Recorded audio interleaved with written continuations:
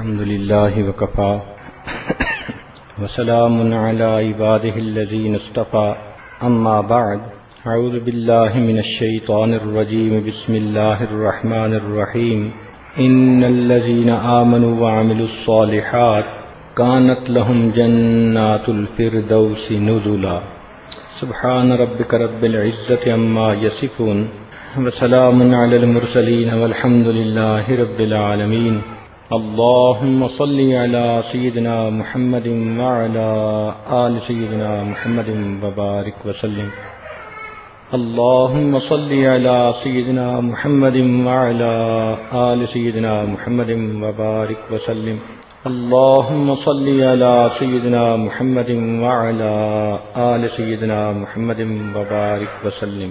دنیا دار العمل ہے، آخرت دار الجزا ہے. دنیا دار الغرور ہے، آخرت دار السرور ہے.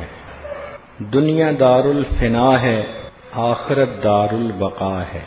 دنیا مٹی گارے سے بنی اور فنا ہونے والی ہے، جبکہ جنت سونے چاندی سے بنی اور ہمیشہ باقی رہنے والی ہے. ایک مرتبہ جبریل علیہ السلام نبی اکرم صلی اللہ علیہ وسلم کی خدمت میں حاضر ہوئے اور عرض کیا، اے محبوب صلی اللہ علیہ وسلم، عش ما شئت فإنک میت. آپ جتنا چاہیں اس دنیا میں زندہ رہیں، ایک دن بالآخر موت آنی ہے. وأحبب من شئت فإنک مفارق. جس سے چاہیں آپ محبت کریں، ایک دن آپ کو جدا ہونا ہے. تو یہ طے شدہ بات ہے کہ جو انسان مخلوق سے دل لگائے گا، ایک نہ ایک دن مخلوق سے جدا کر دیا جائے گا، اور جو انسان اللہ رب العزت سے دل لگائے گا، ایک نہ ایک دن اللہ سے ملا دیا جائے گا. اس لیے ہمارے مشائخ نے فرمایا کہ اے دوست، جتنا تو نے دنیا میں رہنا ہے اتنا دنیا کے لیے محنت کر لے، اور جتنا آخرت میں رہنا ہے اتنا آخرت کے لیے محنت کر لے. دنیا کی زندگی تو 150 سال، مگر آخرت کی زندگی تو ہمارے وہم و گمان سے بھی زیادہ لمبی. سمجھنے کی خاطر علماء نے ایک مثال لکھی کہ اگر زمین و آسمان کے درمیان کا پورا خلا رائی کے دانوں سے بھر دیا جائے اور ایک پرندہ ایک دانہ 1000 سال کے بعد کھائے، پھر 1000 سال کے بعد دوسرا دانہ کھائے، ایک ایسا وقت آئے گا کہ یہ دانے بھی ختم ہو جائیں گے، آخرت کی زندگی کبھی بھی ختم نہیں ہوگی. تو جب ہم نے اتنا عرصہ آخرت میں رہنا ہے تو ہمیں چاہیے کہ اپنی آخرت کو بنانے پہ توجہ دیں. جبکہ معاملہ ایسا ہے کہ ہم 24 گھنٹے دنیا سمیٹنے میں لگے ہوئے ہیں. ہماری زندگی کو دیکھ کر یوں محسوس ہوتا ہے کہ یہ وہ شخص ہے جس نے گویا مرنا ہی نہیں، کیونکہ ہماری ساری امیدیں، ساری آرزوئیں، ساری تمنائیں فقط اسی دنیا کے بارے میں ہوتی ہیں. اگر کوئی موت کا تذکرہ بھی کرے تو ہمیں لفظ بھی اچھا نہیں لگتا. عورتیں بالخصوص سامنے کہہ دیتی ہیں کہ جی اس کے علاوہ اور کوئی ٹاپک نہیں ہے. ایک نوجوان کسی بزرگ کے پاس حاضر ہوا، کہنے لگا، حضرت مجھے موت سے بہت ڈر لگتا ہے. انہوں نے فرمایا کہ اچھا، اپنی طرف سے اچھے اعمال بھی کر، اور اگر تیرے پاس کچھ مال پیسہ ہو تو اللہ تعالیٰ کے راستے میں خرچ بھی کر. اس نے کہا بہت اچھا. چنانچہ کافی دنوں کے بعد پھر ملاقات ہوئی تو انہوں نے پوچھا، سناؤ بھائی کیا کیفیت؟ کہنے لگا کہ وہ وحشت تو کیا ختم ہونی، اب تو میرا مرنے کو جی چاہتا ہے.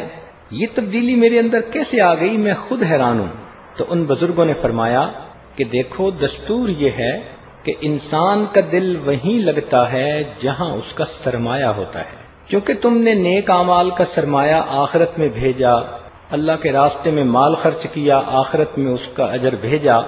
اب آخرت میں تمہارا بینک بیلنس بن گیا، اب تمہارا بھی وہیں جانے کو جی چاہتا ہے. تو آج اگر ہم دنیا میں آخرت والے اعمال کر لیں تو پھر ہمیں موت اچھی لگے گی. اس لیے تو حدیث پاک میں فرما دیا کہ تحفۃ المؤمن الموت، کہ مومن کے لیے تو موت ایک تحفہ ہے. اور ایک اور حدیث پاک میں فرمایا، الموت جسر، موت ایک پل ہے، یوصل الحبیب الی الحبیب، ایک دوست کو دوسرے دوست کے ساتھ ملا دیتی ہے، تو بندے کو اپنے پروردگار سے ملا دیتی ہے. تو اصل یہ ہے کہ ہم نیک اعمال کا ذخیرہ اکٹھا کریں تو پھر اس کمینی دنیا سے دل اچاٹ ہو جائے گا اور آخرت میں جانے کے لیے دل بے قرار ہو جائے گا۔ ہمارے ایک بزرگ فرمایا کرتے تھے، اے دوست، اگر تو اللہ رب العزت کے ہاں اپنا رتبہ معلوم کرنا چاہے تو یہ دیکھ کہ اس نے تجھے کس کام میں لگا رکھا ہے۔ اگر ایک آدمی دنیا ہی کے کاموں میں لگا ہے، نہ نماز کی فرصت ہے، نہ نیک محفلوں میں آنے کی فرصت ہے، نہ طلب ہے، تو وہ سمجھ لے کہ اللہ رب العزت نے مجھے اپنے سے دور کر دیا۔ اور اگر اس کے اندر نیکی کا شوق ہے، ذوق ہے، مصلی پہ بیٹھنے کا مزہ حاصل ہے، قرآن پاک کو لے کے وہ عورت بیٹھی رہتی ہے، دنیا کے جھگڑوں کو سمیٹ دیتی ہے اور اپنے رب کے سامنے بیٹھنے کو ترجیح دیتی ہے، تو یہ اس بات کی دلیل ہے کہ اللہ رب العزت نے اس کو اپنے لیے چن لیا ہے۔ یاد رکھیے کہ اللہ تعالیٰ جب کسی بندے سے ناراض ہوتے ہیں تو اس کو لایانی کاموں میں مشغول کر دیتے ہیں، ادھر ادھر کے کام، اوپر کے، اندر اندر بیکاری ہے، باہر باہر کام بہت ہیں۔ یوں دیکھو تو یہ بڑا مصروف نظر آئے گا، لیکن کام ایک بھی نہیں ہوگا صحیح ڈھب کا جو یہ کرے گا۔ چنانچہ آپ دیکھیں کتنی عورتیں ہیں، ان کا وقت گھنٹوں فون کرنے میں گزر جاتا ہے۔ کبھی اپنی کزن کو فون کر رہی ہیں اور ڈسکشن کیا ہوتی ہے کہ فلاں سوٹ بنوانا ہے تو میچنگ کیسے کی جائے، اور نیا کپڑا یہ آیا ہے تو میں نے اس کا یہ بنوانا ہے، اور میں اپنے کمرے کی سیٹنگ کر رہی ہوں اور میں نے سوچا ہے کہ میں یہ خرید کے لاؤں گی۔ گھنٹوں ان باتوں پر صرف کر دینا یہ اس بات کی دلیل ہے کہ مقصد زندگی سامنے نہیں ہے۔ جس گھر میں ہم نے 150 سال رہنا ہے اس کے لیے ہم گھنٹوں روز لگاتے ہیں، صاف بھی کرتے ہیں، ڈسٹنگ بھی کرتے ہیں، کلیننگ بھی کرتے ہیں، ویکیوم کلینر چلاتی ہیں۔ عورتیں کتنا مشقت اور مجاہدہ اٹھاتی ہیں گھر کو صاف رکھنے میں، اور اس کا دل جو اللہ رب العزت کا گھر تھا اس گھر کو صاف کرنے کی اسے فکر ہی نہیں ہوتی۔ 5 منٹ نہیں ملتے کہ استغفار کے ذریعے اس دل کے گھر میں جھاڑو دے جس دل پر اللہ تعالی روزانہ 70 مرتبہ محبت کی نظر ڈالتے ہیں۔ بعض عورتوں کو دیکھا کہ وہ بڑی مطمئن ہوتی ہیں کہ ہم نے تو کلمہ پڑھ لیا، اب ہم نے تو جنت میں جانا ہی ہے۔ ٹھیک ہے، ایمان بہت بڑی نعمت ہے، لیکن اگر عمل صالح نہیں ہوں گے تو یہ بھی دیکھنا کہ وایا جہنم جانا پڑے گا۔ تو کیا اتنی تاب ہے، اتنی طاقت ہے کہ جہنم کی آگ کو اتنا عرصہ برداشت کر پائیں؟ حالت تو یہ ہے کہ دھوپ کی گرمی برداشت نہیں ہوتی، بھلا جہنم کی گرمی کہاں برداشت ہوگی۔ اس لیے ایمان کو یا علم کو باعث نجات سمجھ کر عمل سے مستغنی ہونا عقل کا چراغ گل ہونے کی دلیل ہے۔ اللہ تعالیٰ کے ہاں ایمان لانے کے بعد نیک اعمال ضروری ہیں۔ سنیے اور دل کے کانوں سے سنیے۔ اللہ تعالیٰ ارشاد فرماتے ہیں، فَمَنْ كَانَ يَرْجُو لِقَاءَ رَبِّهِ، پس تم میں سے جو شخص چاہے اپنے رب سے ملاقات کرنا، فَلْيَعْمَلْ عَمَلًا صَالِحًا، اس کو چاہیے کہ وہ نیک اعمال خوب کر لے۔ یہ نیک اعمال کا ذخیرہ ہے جو اللہ کے حضور لے کر ہمیں پیش ہونا ہے۔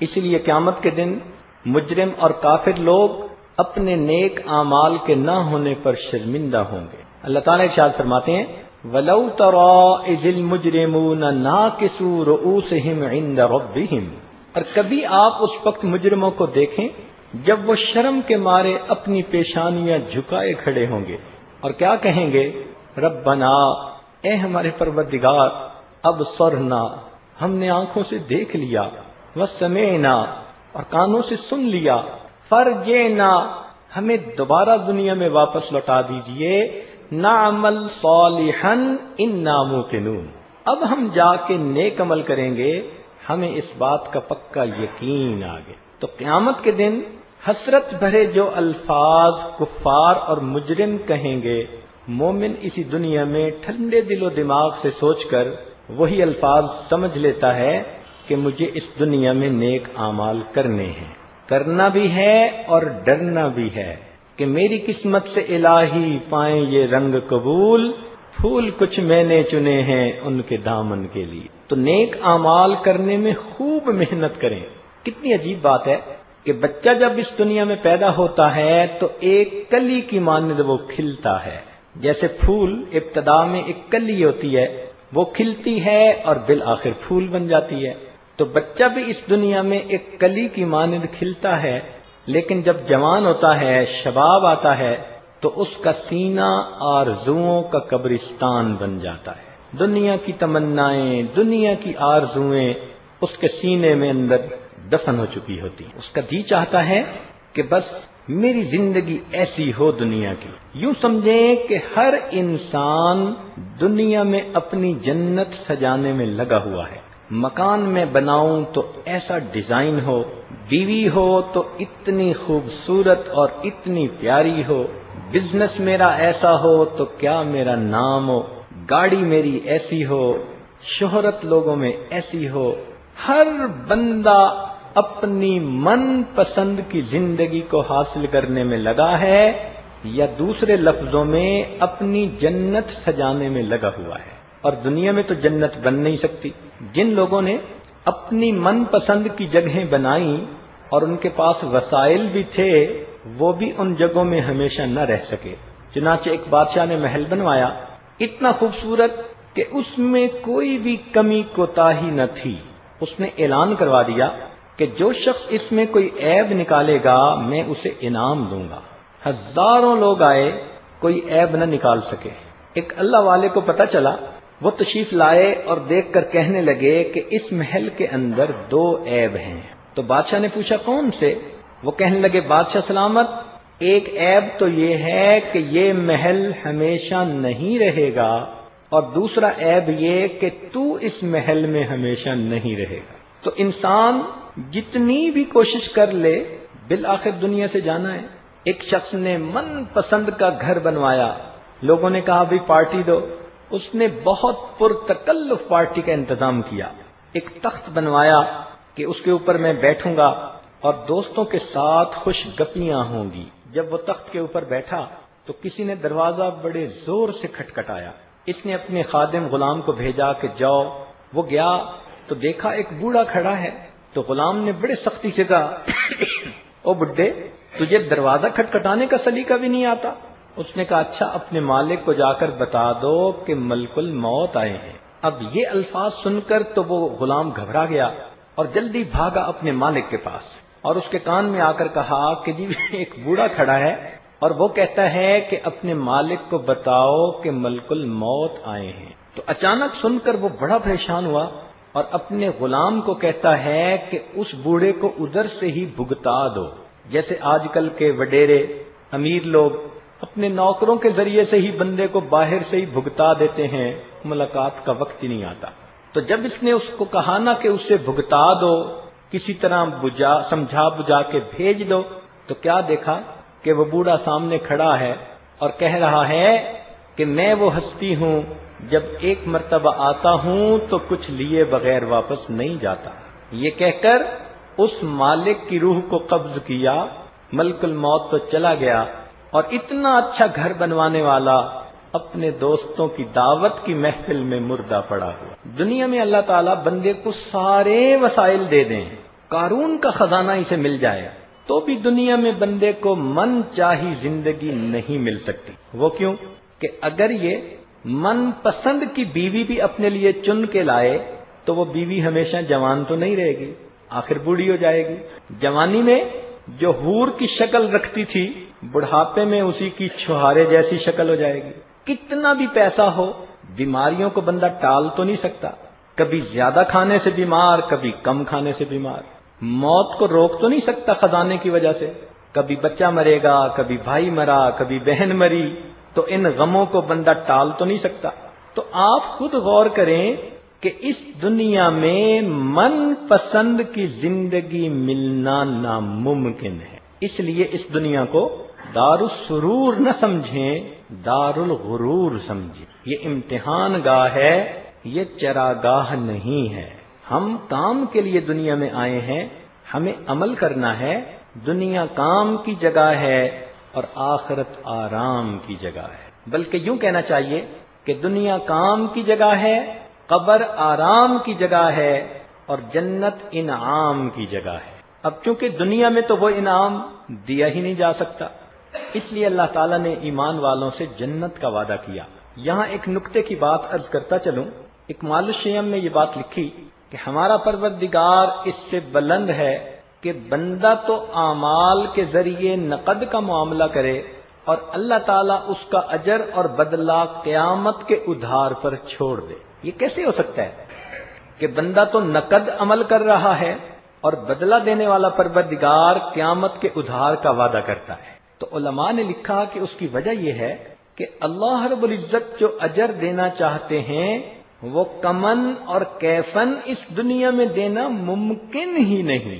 اب دیکھیے کہ سب سے جو کم درجے کا جنتی ہوگا اس کو اس پوری دنیا سے 10 گنا بڑی جنت ملے گی، تو پھر صالحین، صدیقین، انبیاء، رسولوں کی جنتوں کا کیا حال ہوگا؟ تو یہ ممکن ہی نہیں کہ اس دنیا میں وہ اجر سما سکے۔ پھر اس اجر کی کوالٹی ایسی ہے کہ وہ ہمیشہ باقی رہنے والا ہے، اور جب دنیا کے اوپر فنا کا دھبا لگ چکا تو وہ اجر یہاں مل ہی نہیں سکتا۔ اس لیے پروردگار فرماتے ہیں میرے بندے، انعام تو میں تمہیں اپنی شان کے مطابق دوں گا، اور ایسے انعام کو تو یہ چھوٹی سی دنیا اپنے اندر سمو ہی نہیں سکتی۔ تو چند دن ذرا صبر کر لے، جب میرے پاس آئے گا میں تیرا اکرام کروں گا، تو مہمان ہوگا اور میں تیرا میزبان ہوں گا۔ اور دستور یہی ہے کہ ہر میزبان اپنے درجے کے مطابق مہمان نوازی کیا کرتا ہے۔ کتنے خوش نصیب ہوں گے وہ لوگ جو جنت میں جا کر اپنے پروردگار کے مہمان بنے۔ انسان کا نفس چاہتا ہے کہ میری ہر خواہش اسی دنیا میں پوری ہو جائے، اور اللہ تعالیٰ چاہتے ہیں کہ میرا بندہ اس دنیا میں میری مرضی کو پورا کر لے، اب اس کے بدلے میں آخرت میں اس کی مرضی کو پورا کر دوں گا۔ تو نفس مٹانے سے یہ چیز حاصل ہوتی ہے۔ جب تک نفس مٹے گا نہیں، نفس مٹنے سے کیا مراد؟ نفس کی خواہشات کو مٹانا، دنیا میں اپنی آرزوؤں کو سمیٹنا اور کم کر لینا، یہ ہے نفس کا مٹانا۔ دنیا کے دھندوں میں الجھنے کی بجائے اپنی پیٹھ کو ہلکا رکھنا، اپنے آپ کو آخرت کے لیے تیار رکھنا، اس کو نفس کو مٹانا کہتے ہیں۔ اس لیے یاد رکھیے کہ جب ایٹم مٹے تو مادی طاقت ظاہر ہوتی ہے، جب نفس مٹے تو روحانی طاقت ظاہر ہوتی ہے۔ جب انسان اپنے شاکلہ کو توڑ لیتا ہے تو پھر اس کو مقام تسخیر نصیب ہو جاتا ہے۔ اللہ تعالیٰ ایسے بندے کے بارے میں فرماتے ہیں کنت سمعہ الذی یسمع بی، میں اس بندے کے کان بن جاتا ہوں جس سے وہ سنتا ہے، میں آنکھ بن جاتا ہوں جس سے وہ دیکھتا ہے۔ سبحان اللہ، اس خاک کی مٹھی کو کیا عروج اور بلندی نصیب ہو جاتی۔ فرشتوں سے بہتر ہے انسان بننا، مگر اس میں لگتی ہے محنت زیادہ۔ اب اس دنیا میں اللہ نے بندے کو کچھ تھوڑا سا اختیار دے دیا کہ تم اپنی زندگی گزارو، اس تھوڑے سے اختیار کی وجہ سے بس یہ چاہتا ہے کہ میں آئیڈیل لائف دنیا میں گزاروں، دھوکے میں پڑ جاتا ہے۔ یہ ایسا ہی ہے کہ جیسے چوہے کی دم کو ہلدی لگ گئی تھی تو چوہے نے اپنے آپ کو پنساری سمجھنا شروع کر دیا تھا۔ اس تھوڑی سی زندگی کے اختیارات پر فریفتہ ہو جانا کتنی بے وقوفی کی بات ہے۔ اے انسان، تیرے پاس جو کچھ بھی ہے یہ تیرا اپنا نہیں، یہ ادھار کا مال ہے، اور جو ادھار کے مال پہ فریفتہ ہوا پھرے اسی کو بے وقوف کہا جاتا ہے۔ جنت حاصل کرنے کے لیے 2 بہت آسان طریقے ہیں، اور آج کے اس مجلس میں عنوان بھی یہی ہے کہ سستی جنت، جنت جو بڑے آسان طریقے سے مل سکتی ہے، پیراڈائز فار سیل، یوں سمجھ لیں کہ جنت کی سیل لگی ہوئی ہے۔ اس کو پانے کے 2 آسان طریقے ہیں۔ ایک طریقہ تو یہ کہ ہم دنیا میں اپنے رب کی مان لیں، اس کی مرضی کو عمل میں لے آئیں، اللہ تعالیٰ کی مرضی کو پورا کر دیں، تو اس کا بدلہ کیا ہوگا؟ حل جزاء الاحسان الا الاحسان، نیکی کا بدلہ نیک، اچھائی کا بدلہ اچھائی، بھلائی کا بدلہ بھلائی۔ ہم دنیا میں اللہ رب العزت کی مرضی پر عمل کریں گے، اللہ تعالیٰ جنت میں ہمیں اپنی مرضی کی زندگی گزارنے کی توفیق عطا فرمائیں گے۔ وَلَكُمْ فِيهَا مَا تَشْتَهِي أَنفُسُكُمْ وَلَكُمْ فِيهَا مَا تَدَّعُونَ۔ تو ایک طریقہ تو یہ ہے کہ ہم رب چاہی زندگی گزارنا شروع کر دیں، جنت حاصل کرنے کا آسان طریقہ۔ اور دوسرا طریقہ یہ ہے کہ اللہ رب العزت نے جو ہمیں یہ صلاحیتیں دی ہیں یہ ہمارے پاس امانت ہیں، آنکھوں کا دیکھنا، کانوں کا سننا، زبان کا بولنا، دل دماغ کا سوچنا، ہاتھ پاؤں کا آگے پیچھے ہلنا جلنا، یہ سب ہمارے پاس اللہ تعالی کی طرف سے دی ہوئی امانتیں ہیں۔ اب ہم کیا کریں کہ ایک دستور پر عمل کریں کہ ان تؤدوا الامانات الی اہلھا، اے ایمان والو تم امانتوں کو ان کے اہل کے سپرد کرو۔ ان امانتوں کو ہم دنیا میں اللہ رب العزت کی منشا کے مطابق استعمال کریں، اللہ تعالیٰ آخرت میں ان امانتوں کو کتنا گنا زیادہ بڑھا کر ہمیں واپس لوٹا دیں گے۔ دنیا کی نظر اگر ہم نے اللہ کے حکم کے مطابق استعمال کی تو موت کے وقت انسان سے یہ بینائی چھین لی جائے گی، اور اگر قیامت کے دن ثابت ہو گیا کہ اس نے تو نگاہیں اللہ کے حکم کے مطابق استعمال کی تھیں، اللہ تعالیٰ اس کو وہ نظر عطا کریں گے جو جنت میں اپنے رب کا دیدار کر سکے گی۔ اگر اس نے دنیا کے اندر اپنے کانوں کو اللہ رب العزت کے حکموں کے مطابق استعمال کیا تھا تو موت کے وقت یہ نعمت واپس لے لی جائے گی۔ موت نام ہے دنیا کی ان تمام نعمتوں کے سلب ہو جانے کا۔ پھر آخرت میں اللہ تعالیٰ تفتیش فرمائیں گے۔ اگر ثابت ہو گیا کہ واقعی اس نے اپنے کانوں کو حکم خدا کے مطابق استعمال کیا، اللہ اس کو وہ سماعت عطا فرمائیں گے جو جنت میں اللہ رب العزت کی تلاوت سورہ یاسین کو سننے کا اعزاز پائے گی۔ اگر اس نے دنیا میں اپنا گھر حکم شریعت کے مطابق بنایا، حلال مال سے پردے کا خیال رکھا، نبی علیہ السلام کی سنتوں کا گلشن اور باغ بنایا اپنے گھر کو، تو موت کے وقت اس سے گھر لے لیا جائے گا اور قیامت کے دن اس کی تفتیش ہوگی، سوال و جواب ہوں گے۔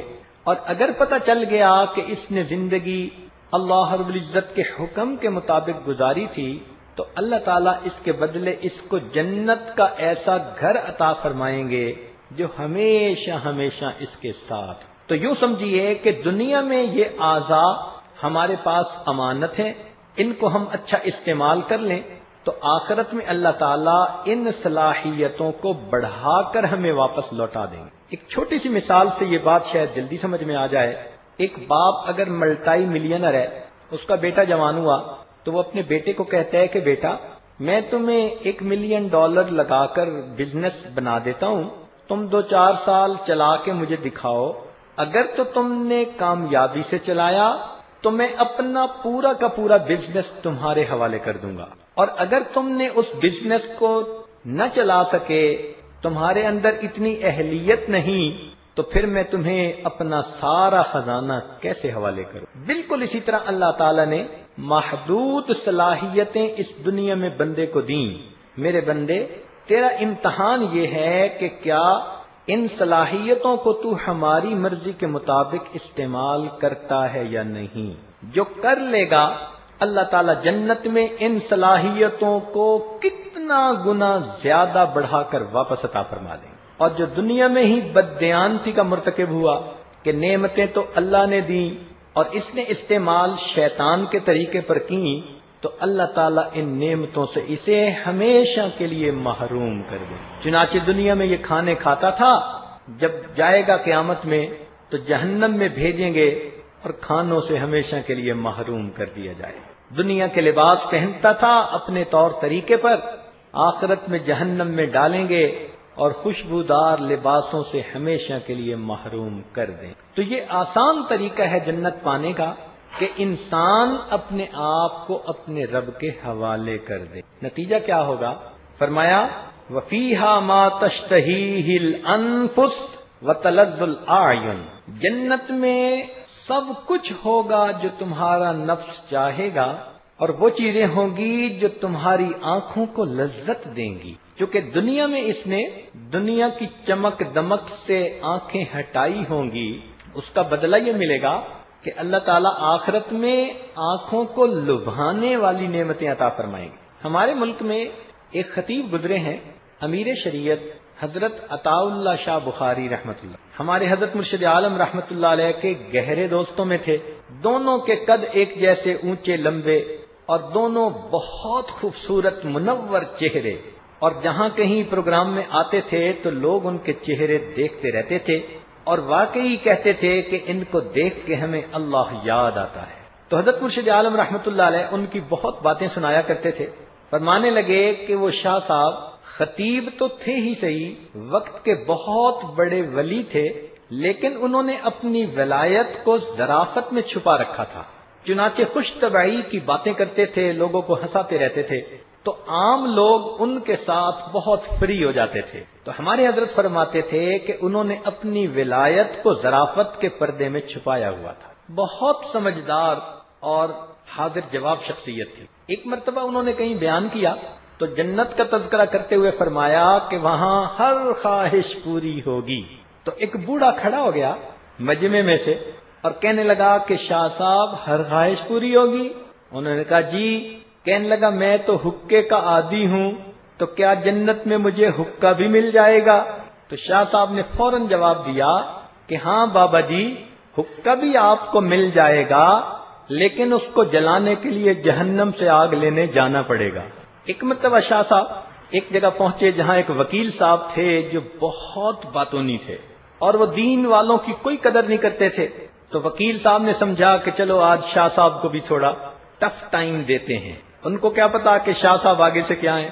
کہنے لگا شاہ صاحب مجھے کوئی ایسا طریقہ بتائیں کہ انسان کچھ کھائے بھی اور پیے بھی اور روزہ بھی نہ ٹوٹے۔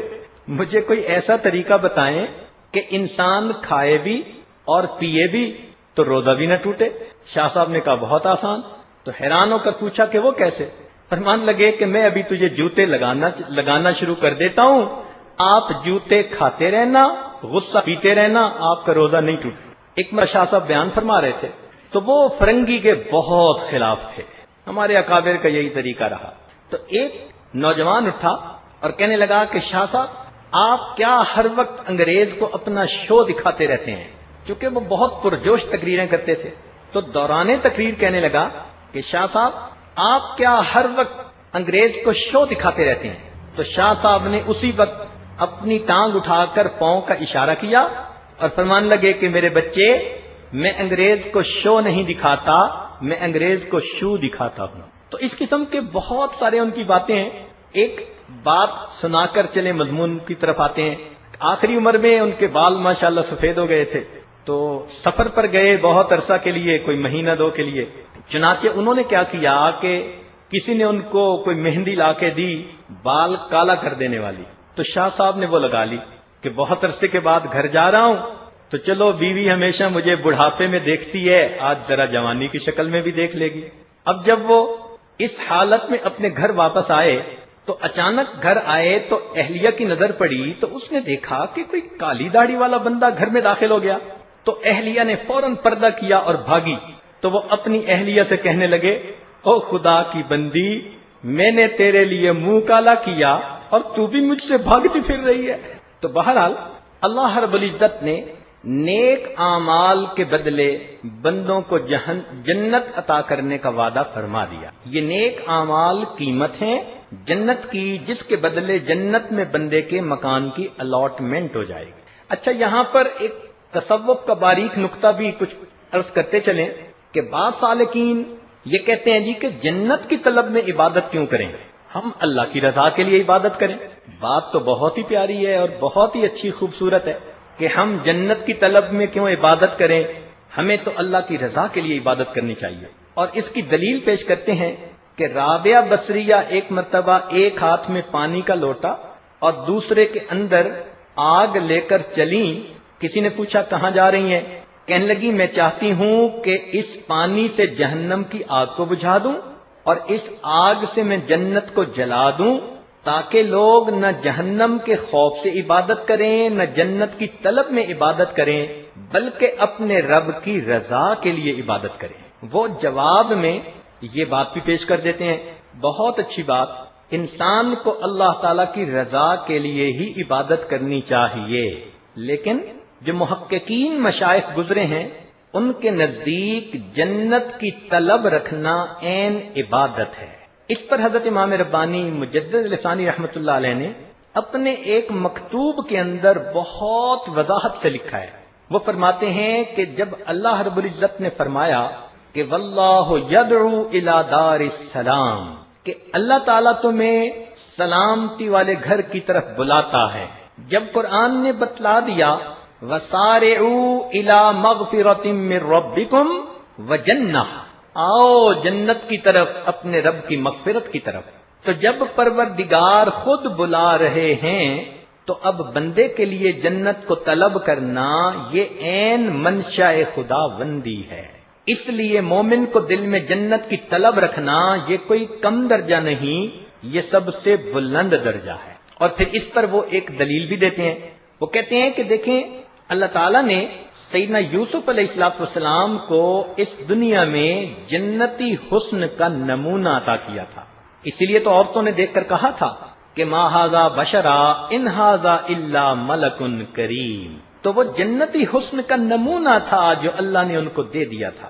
اور یہ راز ان کے والد سیدنا یعقوب علیہ السلام اچھی طرح جانتے تھے، چونکہ وہ رسول تھے، وقت کے پیغمبر تھے، اس وجہ سے ان کو سیدنا یوسف علیہ السلام کے ساتھ بہت محبت تھی کہ میرے مولا نے اس دنیا میں مجھے جنتی نعمت کا نمونہ دے دیا، مجھے اس کی قدر کرنی۔ اس لیے جب بھائیوں نے کہا تھا کہ یوسف کو ہمارے ساتھ بھیج دیجئے، تو انہوں نے کہا تھا انی لیحزننی، مجھے اس بات سے دل کے اندر غم ہوتا ہے کہ میں یوسف کو بھیجوں اور کہیں اس کو بھیڑیا نہ کھا جائے۔ اور بالآخر جب یوسف علیہ السلام ان سے جدا ہو گئے تو حضرت یعقوب علیہ السلام ان کی جدائی میں اس لیے روتے تھے، اے میرے مولا آپ نے مجھے جنتی نعمت کا نمونہ دنیا میں عطا کیا اور وہ نعمت مجھ سے دور ہو گئی، اے اللہ وہ نعمت مجھے واپس عطا فرما۔ اتنا روتے تھے وَابْيَضَّتْ عَيْنَاهُ مِنَ الْحُزْنِ فَهُوَ كَظِيمٌ، آنکھیں سفید ہو گئی تھی رو رو کے۔ اب سوچئے جو شخص ولایت کا پہلا درجہ پا لیتا ہے اس کے دل میں اللہ کی محبت ایسی آ جاتی ہے کہ اگر اس کا بیٹا بھی فوت ہو جائے تو اس کو دل پہ کوئی صدمہ نہیں ہوتا کہ میرے اللہ کے پاس چلا گیا۔ تو وہ تو نبی تھے، ان کا اپنے بیٹے کی جدائی پہ اتنا زیادہ رونا آخر کیا وجہ تھی؟ تو حضرت مجدد ثانی رحمۃ اللہ علیہ فرماتے ہیں کہ وہ فقط بیٹے کی جدائی پہ نہیں روتے تھے، وہ اس نعمت کی جدائی پر روتے تھے جو اللہ نے دنیا میں عطا کر رکھی۔ تو معلوم ہوا کہ جنت کی نعمتوں کی طلب رکھنا، قدر کرنا یہ عین منشاء خدا بندی ہے۔ اسی لیے تو پروردگار نے ہمیں فرمایا کہ آؤ جنت کی طرف۔ تو یہ ساری تفصیل لکھنے کے بعد امام ربانی مجدد ثانی رحمۃ اللہ علیہ فرماتے ہیں کہ رابعہ بیچاری اگر سر سے واقف ہوتی تو یہ حرکت نہ کرتی، وہ جان لیتی کہ جنت کی طلب کرنا بھی میرے مولا کی منشا کو پورا کرنا ہے۔ اللہ جزائے خیر دے ہمارے مشائخ کو، انہوں نے کیسی کیسی گتھیوں کو کتنی آسانیوں سے سلجھا دیا۔ اس لیے حدیث پاک میں آتا ہے کہ نبی علیہ الصلوۃ والسلام نے ارشاد فرمایا کہ رمضان مبارک میں تم دعا مانگو، اللہم انی اسألک الجنہ، اے اللہ میں آپ سے جنت کا سوال کرتا ہوں۔ تو جنت کی امید رکھنا، طلب رکھنا یہ عین منشاء خدا بندی ہے۔ اس لیے ہم اگر دنیا میں نیک اعمال کریں گے کہ اللہ رب العزت قیامت کے دن ہمیں اپنی وہ نعمت عطا فرمائے تو یہ ہماری بہت بڑی خوش نصیبی ہوگی۔ چنانچہ قیامت کے دن جب نیک لوگ اللہ تعالیٰ کے پاس پہنچیں گے تو اللہ تعالیٰ ان کا استقبال کر کے ان کے نتیجے کا اعلان فرما دیں گے، فرمائیں گے یا عباد لا خوف علیکم اليوم ولا انتم تحزنون، اے بندو، اتنا یہ پیار کا صیغہ ہے قربان ہونے کو جی چاہتا ہے کہ مالک و خالق اپنے بندوں کو اتنے پیار سے مخاطب کریں گے، یا عباد، اے بندو، اے وہ میرے بندو جو زندگی بھر میرے سامنے سجدہ ریز ہوتے رہے اور میرے سامنے اپنی پیشانیوں کو زمین پہ ٹیکتے رہے، آج تم میرے پاس آئے، لا خوف علیکم اليوم ولا انتم تحزنون، نہ آج تمہارے اوپر کوئی خوف ہے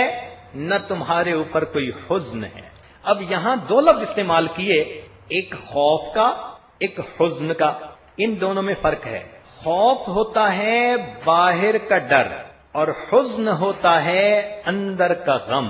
تو فرمایا کہ نہ تمہیں باہر کی کسی چیز کا خوف ہے نہ تمہیں اندر کا کوئی روگ ہوگا، کوئی غم ہوگا، تمہیں ہم ایسی جگہ رکھیں گے۔ طلباء کے لیے خوف ہوتا ہے معات کا، آنے والے کسی صدمے کا خوف ہونا، جو آنے والی چیز ہو، اور حزن ہوتا ہے ما فات کا، جو فوت ہو چکی، یعنی جو گزر چکی اس کا غم وہ حزن کہلاتا ہے، اور کوئی آنے والا صدمہ ہو تو اس کا خوف کہلاتا ہے۔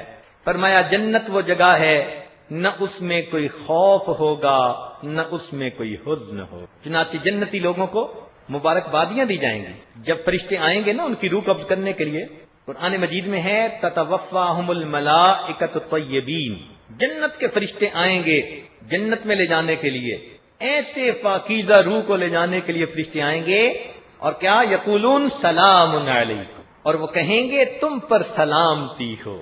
اب سلام کا لفظی مطلب تو سلامتی ہے، لیکن اپنے سمجھنے کی خاطر اس کا مفہوم یوں بنتا ہے سلام علیکم، تم پر سلامتی ہو، تمہیں مبارکباد ہو، اور تمہیں شاباش ہو، اور تم جیتے رہو، تم نے کتنی اچھی زندگی گزاری۔ سلام علیکم کا یہ مفہوم بنے گا۔ تو فرشتے بھی مبارکیں دیں گے کہ تم کتنے اچھے زندگی گزارنے والے تھے، سلام علیکم۔ خوش ہو کے کہتے ہیں نا بچے کو بیٹا جیتے رہو، بالکل یہی مفہوم ہے سلام علیکم کا۔ اور یہی لوگ جب قیامت کے دن اللہ رب العزت کے حضور پہنچیں گے تو اللہ تعالیٰ بھی فرمائیں گے سلام قولا من رب الرحیم، سلامتی ہے تمہارے لیے اور شاباش ہے تمہارے لیے، یہ تمہارے رحیم پروردگار کی طرف سے قول ہے۔ پھر ان کو کہا جائے گا ادخلوها بسلام آمنین، اب تم جنت میں داخل ہو جاؤ سلامتی کے ساتھ، امن کے ساتھ۔ تو جب یہ جنتی لوگ جائیں گے جنت کے دروازے پہ پہنچیں گے، قرآن مجید میں آتا ہے والملائکۃ یدخلون علیہم من کل باب، ہر دروازے سے فرشتے ان کی طرف آئیں گے، کہیں گے سلام علیکم، تم پر سلامتی ہو اور تمہیں شاباش ہو، کتنی اچھی زندگی گزار کے آج تم کتنی اچھی منزل پہ پہنچ گئے۔ بلکہ ونادوا اصحاب الجنت ان سلام علیکم، ہر طرف سے مبارکیں مل رہی ہوں گی، اور وہ ایک دوسرے کو بھی یہی مبارکباد دیں گے، جیسے عید کے دن عید مبارک عید مبارک، یہی جنت میں ہوگا، ایک دوسرے کو مبارکیں دے رہے ہوں گے۔ اللہ تعالیٰ فرماتے ہیں وَدَعْوَاهُمْ فِيهَا سُبْحَانَكَ اللَّهُمَّ وَتَحِيَّتُهُمْ فِيهَا سَلَام، ان کا سلام ایک دوسرے سے ملنے کے وقت کیا ہوگا؟ جیسے دنیا میں السلام علیکم کہتے ہیں، وہاں ملیں گے تو ایک دوسرے کو سلام کہیں۔ ایک اور جگہ فرما دیا لا يسمعون فيها لغوا ولا تأثیما الا قیلا سلاما سلاما۔ اب دیکھو کتنی وہ پیاری جگہ ہوگی، ہر طرف سے جنتیوں کو مبارکیں، بشارتیں، خوشیوں کی باتیں مل رہی۔ جنتی کو کتنی خوشی ہوگی کہ میں کیسی جگہ پر پہنچ گیا کہ ہمیشہ کی خوشیاں مجھے نصیب ہو گئیں۔ اب تھوڑی جنت کی بھی سیر کر لیجئے مختصر، کہ پتہ چل جائے کہ جنت ہے کیا۔ فذکر فإن الذکریٰ تنفع المؤمنین، نصیحت کیجئے، نصیحت ایمان والوں کو فائدہ دیتی ہے۔ تو تھوڑا جنت کا تذکرہ سن کر بھی آپ کو مفہوم جلدی سمجھ میں آئے گا کہ اتنی سستی اگر اتنی اچھی چیز مل رہی ہے تو کیوں نہ ہم بھی حاصل کرنے کی کوشش کریں۔ تو مستورات ذرا دل کے کانوں سے سنیں۔ دنیا میں ان کی بڑی خواہش یہ ہوتی ہے کہ اللہ تعالیٰ مجھے اپنا گھر دے دے۔ اگر یہ کمبائنڈ گھر میں رہتی ہے نا تو اللہ والوں کو رک کے بھی لکھیں گی، فون بھی کریں گی، ایک ہی دعا، حضرت بس دعا کرو اللہ مجھے اپنی چھت دے دے، اپنا گھر دے دے۔ اور واقعی گھر والی جو بنی تو اس کی سب سے بڑی تمنا یہی ہوتی ہے کہ مجھے گھر مل جائے، اور اس کی دلیل قرآن عظیم الشان میں سے ملتی ہے کہ دیکھو آسیہ بنت مزاحم اللہ کی ایک نیک بندی تھی، جب اس پر دنیا کی ابتلا امتحان آیا، اس امتحان میں اس نے اللہ سے ایک ہی دعا مانگی، اور وہ کیا تھی؟ رب ابن لی عندک بیتا فی الجنہ، اللہ مجھے اس سب کچھ کے بدلے میں جنت میں اپنے قرب کا گھر عطا کر دی۔ تو معلوم ہوا کہ عورت کی سب سے بڑی تمنا ہوتی ہے کہ میرا اپنا گھر ہو، اسی لیے عورت گھر کو سجانے کے لیے بہت بے تاب رہتی ہے، اس کا بس نہیں چلتا ورنہ تو یہ اس گھر کو جنت کا نمونہ بنا دے. یہ ایک فطری چیز ہے جو اللہ نے ہر انسان کے اندر رکھ دی ہے. تو دیکھو کہ دنیا میں تو جیسا گھر تھا سو سا، آخرت کا گھر کیسا ہوگا. اللہ تعالیٰ فرماتے ہیں وَمَسَاكِنَ طَيِّبَةً فِي جَنَّاتِ عَدْنٍ، جنت عدن میں ان کے لیے پاکیزہ مکان، سرخ یاقوت کے بنے ہوئے مکان، بے جوڑ ہیرے کے بنے ہوئے مکان، ایسے مکان جن کا ڈیزائن روز بدلا کرے گا، جن مکانوں کے اندر نہریں بہتی ہوں گی. فیہا انہار من ماء غیر آسن، ایسے مکان اللہ تعالیٰ دیں گے کہ جن کی اینٹیں سونے اور چاندی کی ہوں گی اور جن کا گارا مشک اور عنبر کا ہوگا. آج دنیا میں ٹائلیں لگاتی ہیں عورتیں تو بہت ڈیزائن پسند کر کے لگواتی ہیں، اور ان کو اگر کہیں کہ تمہیں گھر ملے گا آخرت میں، ایک اینٹ سونے کی ہوگی ایک اینٹ چاندی کی ہوگی، تو یہ ٹائلیں کتنی پیاری لگیں گی. اور دنیا میں تو اس کو سیمنٹ سے لگا دیتے ہیں، لیکن اگر یہ اینٹیں مشک اور عنبر کی خوشبو سے جڑیں تو روم فریشنر کی تو ضرورت ہی نہیں، گھر میں جہاں جائیں گی خوشبوئیں ہی آیا کریں گی. کیا آئیڈیل گھر ہوگا جو اللہ تعالیٰ اپنے جنتی بندے کو عطا فرمائے. اور پھر یہ مرلوں کا مکان نہیں ہوگا، اتنا ہوگا کہ جہاں تک نظر جائے گی اس کے مکان کی وسعت ہوا کرے. آج تو گھر ہوتا ہے باغ نہیں ہوتا، باغ ہوتا ہے تو گھر نہیں ہوتا. جنت کا وہ گھر ہوگا کہ باغ اس کے اندر ہوں، نہریں اندر ہوں گی، انجوائمنٹ کی جو ریکوائرمنٹس تھیں وہ سب اس کو گھر کے اندر نصیب ہوں گی. گاؤں تک یہ لگے ہوں گے.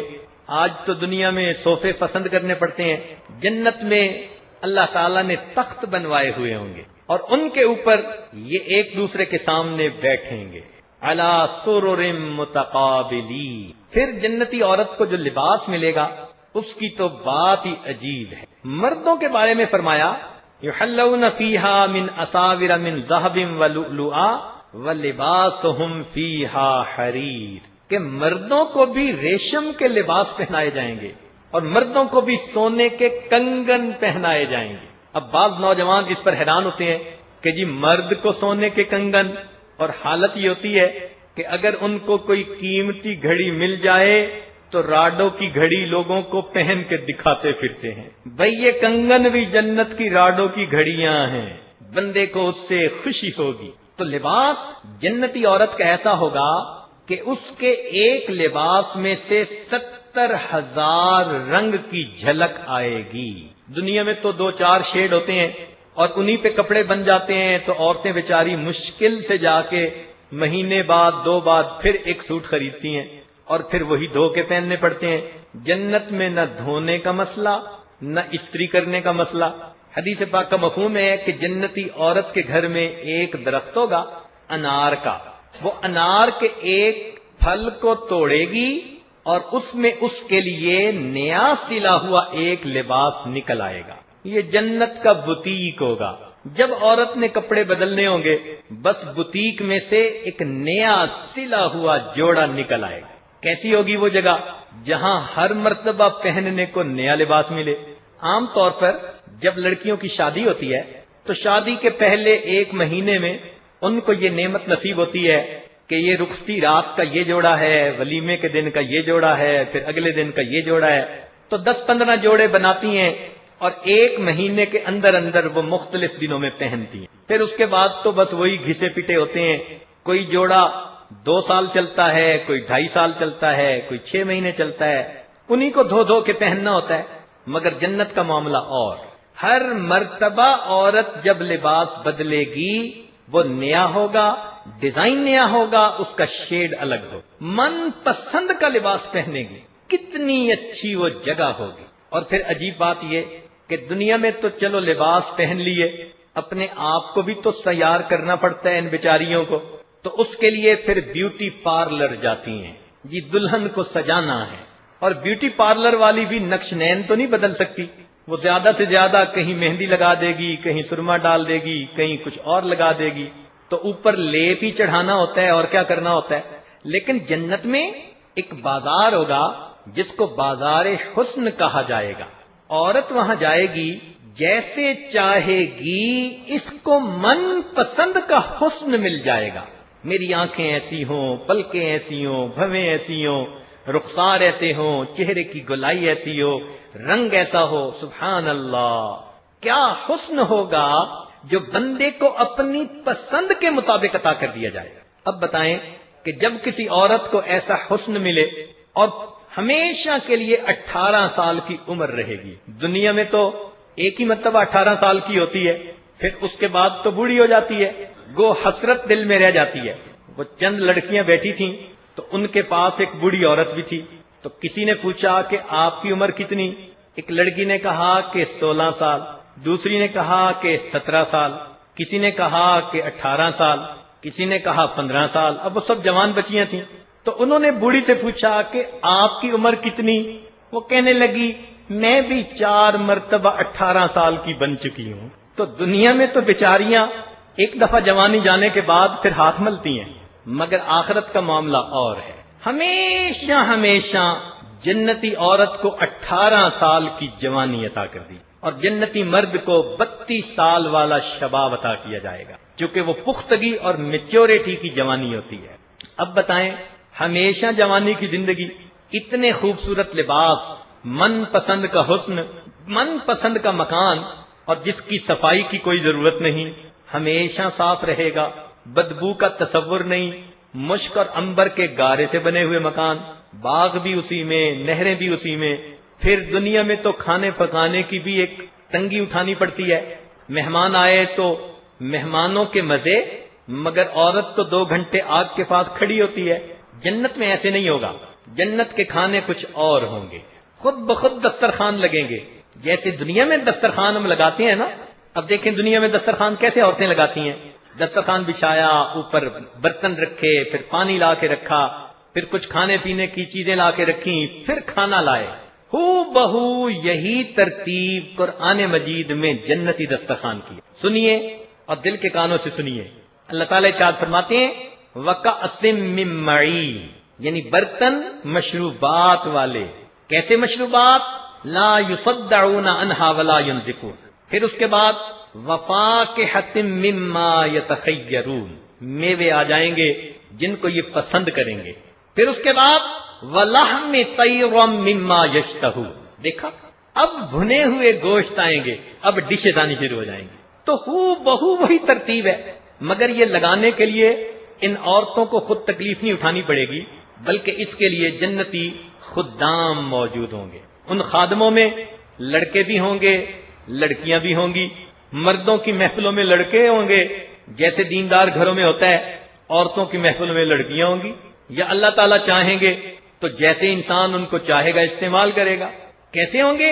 فرمایا فیہن قاصرات الطرف لم یطمثہن انس قبلہم ولا جان. اور جنتی عورت کو ایک خادمہ ملے گی، اس کا نام ہوگا حور عین. وحور عین کامثال اللؤلؤ المکنون.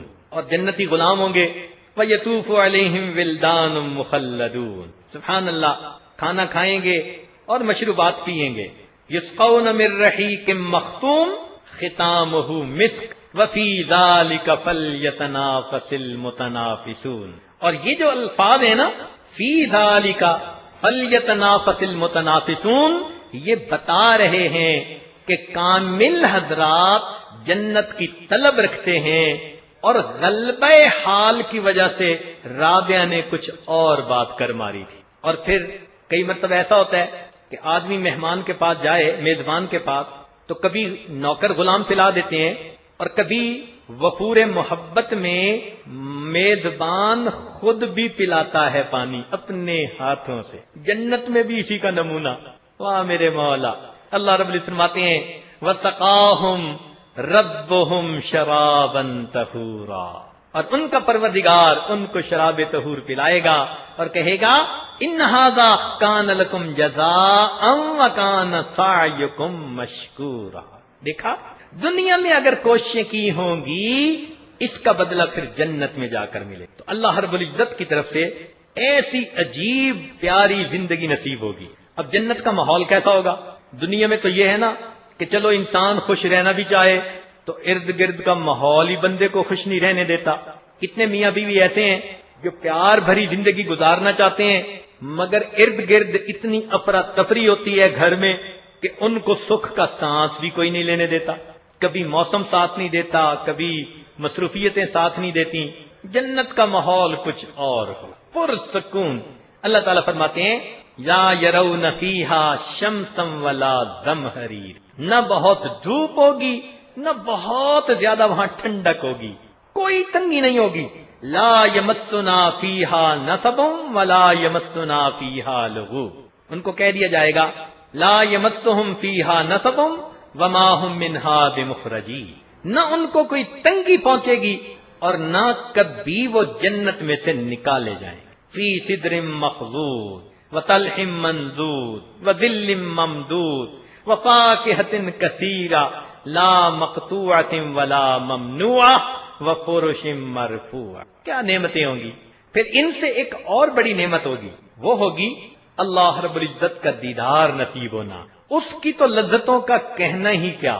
اللہ تعالیٰ فرماتے ہیں وجوہ یومئذ ناظرہ، چہرے اس دن تر و تازہ ہوں گے، الی ربہا ناظرہ، اپنے رب کی طرف ٹکٹکی باندھ کے دیکھ رہے ہوں. پھر اللہ تعالیٰ اپنی خوشی کا اظہار فرمائیں گے اور یہ ایمان والوں کے لیے نعمتوں کی تکمیل ہوگی.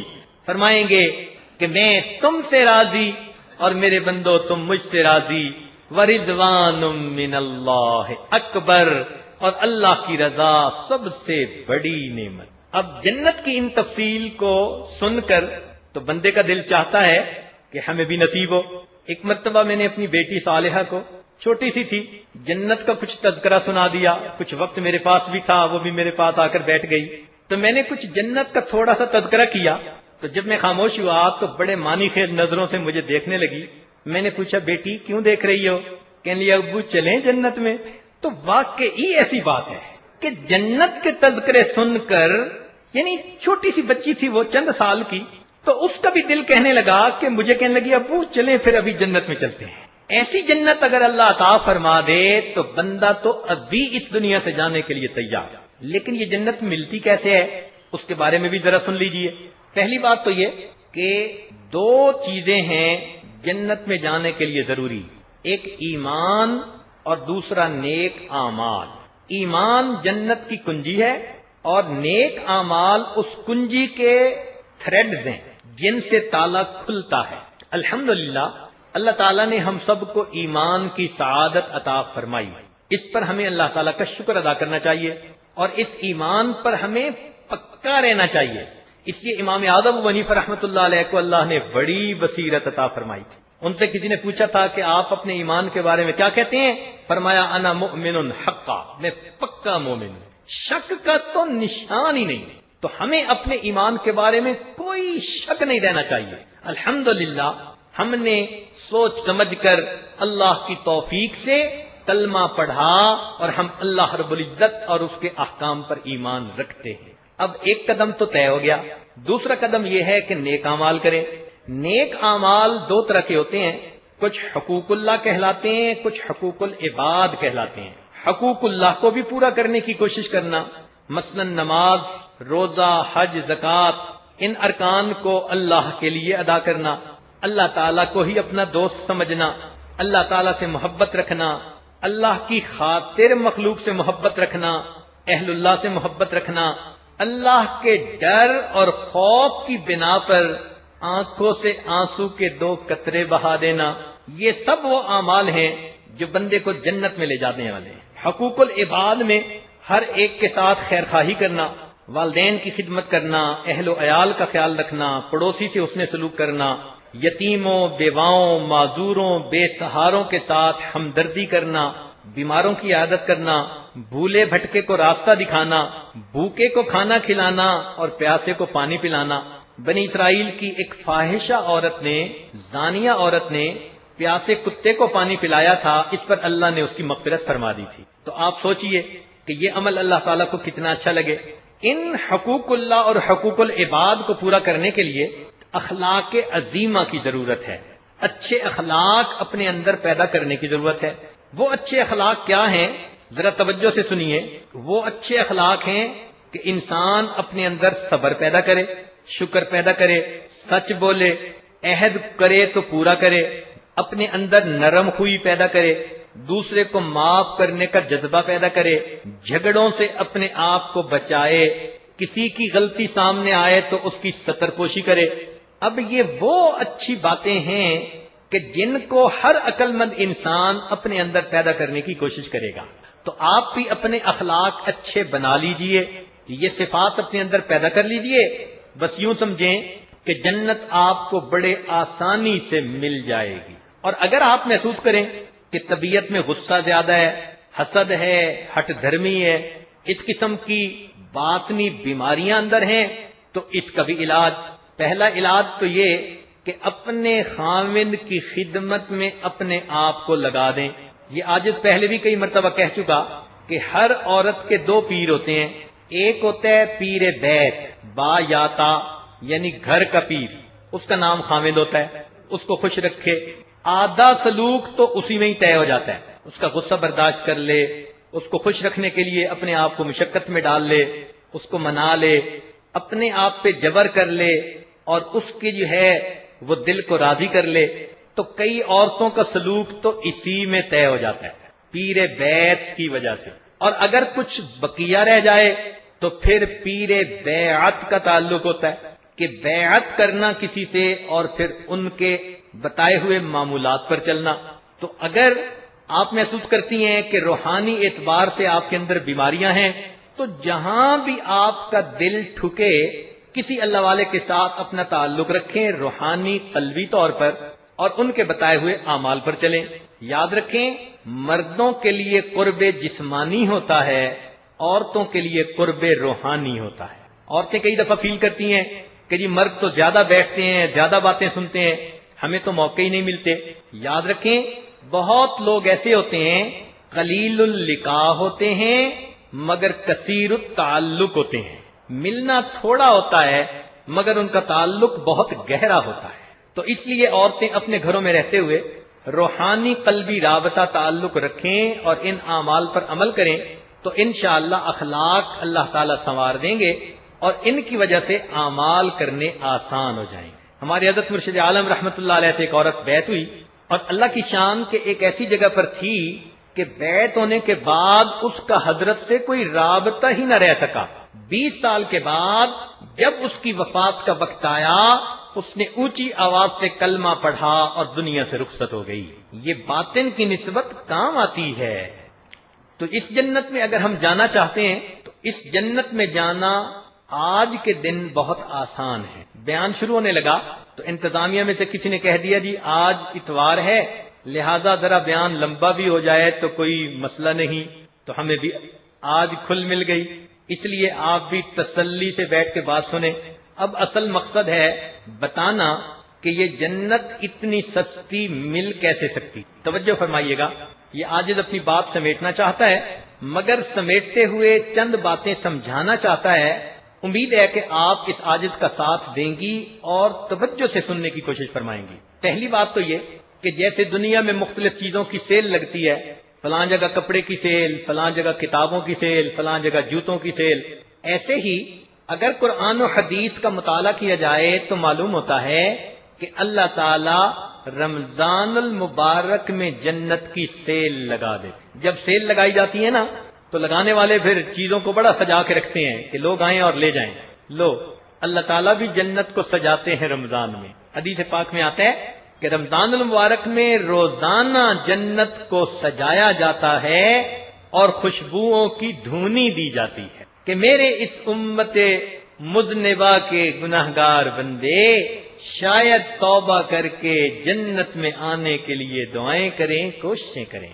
تو دینے والا پروردگار جنت کو سجا چکا اور اب اس انتظار میں ہے کہ رجسٹریشن کی اپلیکیشن کون فل کرتا ہے۔ کئی جگہ کالونیاں بنتی ہیں نا تو لوگ جاتے ہیں تو ایک بڑا سارا سائن لکھا ہوتا ہے رجسٹر ناؤ۔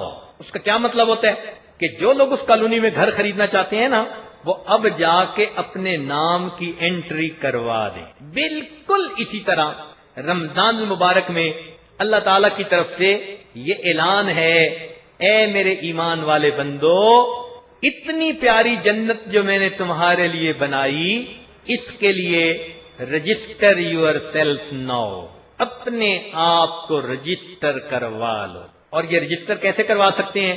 کہ ہم پچھلے گناہوں سے توبہ کر لیں، آئندہ اللہ تعالیٰ کے حکموں کے مطابق زندگی گزارنے کی نیت کر لیں، اور ایک درخواست اللہ کے ہاں بھیج دیں، ایک ای میل بھیج دیں، ایک میسج بھیج دیں، اللہم انی اسألک الجنہ۔ یہ چند الفاظ کا جو میسج ہے یا ای میل ہے، بس اس ای میل پر اللہ تعالیٰ جنت الاٹ فرما دیں۔ اتنی سستی جنت آج مل رہی ہے۔ اور ویسے بھی انشاءاللہ آج کی رات شب قدر کی طاق راتوں میں سے ایک رات ہے، اللہ تعالیٰ اسے ہمارے لیے شب قدر بنا دے۔ تو آج کی رات بالخصوص اللہ تعالیٰ کے سامنے اپنے آپ کو پیش کر دیجئے، پچھلے گناہوں کی سچی توبہ اور آئندہ نیکوکاری کی نیت، اور اللہ تعالیٰ کے سامنے یہ اپنی دعا ضرور کریں، اللہم انی اسألک الجنہ، اے اللہ میں آپ سے جنت کی طلبگار ہوں۔ جب اللہ کی بندی اللہ کے سامنے بیٹھ کر یہ فریاد کرے گی اور اپنے گناہوں پہ آنسو بہائے گی، تو یہ میسج جیسے ہی نکلے گا اللہ رب العزت کے ہاں جنت کی الاٹمنٹ کر دی جائے۔ جنت سستی کیوں ہے؟ جب یہ اتنی قیمتی ہے اور اتنی اعلیٰ ہے اور اتنی اچھی ہے، تو پھر دل میں سوال پیدا ہوتا ہے کہ پھر اتنی سستی کیوں؟ سستی ہونے کی دو وجوہات ہیں۔ ایک وجہ تو یہ کہ نبی علیہ الصلوۃ والسلام نے ارشاد فرمایا، قیامت کے دن سب ایمان والوں کی جنتیوں کی 120 صفیں ہوں گی، جن میں سے 80 صفحیں میری امت کی ہوں گی، یعنی 120 لائنز بنیں گی، ان میں سے 80 لائنز وہ میری امت کی ہوں گی۔ یعنی آدم علیہ السلام سے لے کر حضرت عیسیٰ علیہ السلام تک جتنے بھی لوگ جنت کے اہل ہوں گے، ان کی تعداد 40 صفیں، اور اس امت محمدیہ کے جو لوگ جنت میں جائیں گے ان کی تعداد 80 صفیں۔ اتنی مزے کی بات ہے۔ بلکہ یہاں ایک علمی نکتہ کہ جنت چونکہ حضرت آدم علیہ السلام کی میراث ہے، اس لیے اللہ تعالیٰ فرماتے ہیں تلک الجنت التی نورث من عبادنا من کان تقیا، یہ جنت ہے، ہم اپنے متقی بندوں کو اس کا وارث بنا دیں گے۔ یہ نہیں کہا اس کا مالک بنا دیں گے، وارث۔ اور وراثت کا لفظ استعمال ہوتا ہے جو باپ دادا کی جائیداد ہوتی ہے۔ ہم دوسرے لفظوں میں یوں کہہ سکتے ہیں کہ جنت ہمارے باپ حضرت آدم علیہ السلام کی جائیداد ہے۔ یہ ایمان والوں میں تقسیم ہوگی، مگر تقسیم کے اصول ہوتے ہیں، بیٹی کو ایک حصہ اور بیٹے کو 2 حصے۔ بیٹی کے حصے کو مادینہ حصہ کہتے ہیں مادہ سے، اور بیٹے کے حصے کو نرینہ حصہ کہتے ہیں نر سے۔ تو یوں وراثت کی تقسیم کا اصول ہے۔ اب ذرا سوچئے کہ جنت آدم علیہ السلام کی وراثت تھی، ان سے لے کر حضرت عیسیٰ علیہ السلام تک جتنے انبیاء آئے ان سب کی 20 صفیں ہوں گی، اور اکیلے سیدنا رسول اللہ صلی اللہ علیہ وسلم کی 40 صفیں، ان سب کو مادینہ حصہ ملے گا اور ہمارے آقا کو نرینہ حصہ مل جائے۔ اس لیے نبی علیہ السلام نے فرمایا کہ اللہ تعالیٰ نے ہر نبی علیہ السلام کو ایک دعا کا اختیار دیا کہ جیسے مانگیں گے وہ دعا اسی طرح قبول کی جائے گی۔ تو سب انبیاء نے دعائیں مانگی۔ صحابہ نے عرض کیا اے اللہ کے نبی صلی اللہ علیہ وسلم آپ نے کون سی دعا مانگی؟ فرمایا کہ میں نے اپنی دعا کو ذخیرہ بنا لیا، میں قیامت کے دن اللہ رب العزت کے سامنے دعا مانگوں گا اور اس وقت تک جنت میں نہیں جاؤں گا جب تک کہ میرا آخری امتی بھی جنت میں نہیں چلا جائے گا۔ تو اس محبوب رب العالمین کی امتی ہونے کا یہ صدقہ ہے کہ اللہ رب العزت نے اس امت کے لیے جنت میں جانا آسان کر دیا، آسانی سے جنت مل جاتی، سستی جنت مل جاتی۔ اللہ اکبر۔ پچھلے دنوں عمرے کے سفر پہ جانا ہوا تو اپنی فیملی کے 15-20 لوگ تھے، پوری جماعت تو 100 سے زیادہ تھی۔ تو قدرتاً وہ جو اپنی فیملی کے لوگ تھے ان سب کے پاسپورٹ اس عاجزی کے ہاتھ میں تھے۔ تو جب ایئرپورٹ پہ داخل ہونے لگے تو وہاں پر ٹکٹیں چیک کرتے ہیں، تو اس عاجز نے اس کو ٹکٹ دکھائی اور خود اندر قدم رکھ کے کھڑا ہو گیا، اور باقی سارے ایک ایک کر کے آتے رہے۔ وہ مجھ سے پوچھتا رہا یہ آپ کے ساتھ ہیں، آپ کے ساتھ ہیں، میں بتاتا رہا ہاں ہاں۔ جب سب فیملی کے لوگ چلے گئے تو چھوٹا بیٹا سیف اللہ میرے قریب آیا اور کان میں کہنے لگا ابو آج بات سمجھ آ گئی۔ میں نے پوچھا بیٹا کیا؟ کہنے لگے قیامت کے دن بھی یہی ہوگا، آج آپ اندر قدم رکھ کے کھڑے ہو گئے نا، اور ساری فیملی کو کہتے رہے یہ بھی میرا ہے، یہ بھی فیملی، سب اس نے اندر جانے دیے، تو قیامت کے دن لگتا ہے کہ نبی علیہ السلام بھی جنت میں قدم رکھ کر کھڑے ہو جائیں گے اور کہیں گے یہ بھی جنتی میں، یہ بھی میرا امتی ہے، یہ بھی امتی ہے، جتنوں کو فرمائیں گے سب جنت میں داخل ہو جائیں گے، تب آقا آگے تشریف لے جائیں گے۔ اللہ اکبر کبیرہ، واقعی عبرت کی نظر اللہ عطا فرما دے۔ تو اسی دنیا میں یہ باتیں انسان کو قدم قدم پہ سمجھ آ جاتی ہیں۔ اب ایک آخری بات کہ جنت اتنی سستی کیوں ہے؟ ممکن ہے کہ عورتوں کے لیے سمجھنا ذرا مشکل ہو، لیکن علماء طلباء کے لیے سمجھنا آسان ہوگا۔ ہے نکتے کی بات کہ جنت اتنی سستی کیوں ہے؟ اللہ تعالیٰ کے ہاں ایک دستور ہے، جیسے کرنی ویسے بھرنی، عدل کا بدلہ، اس کو کہتے ہیں ٹٹ فار ٹیٹ۔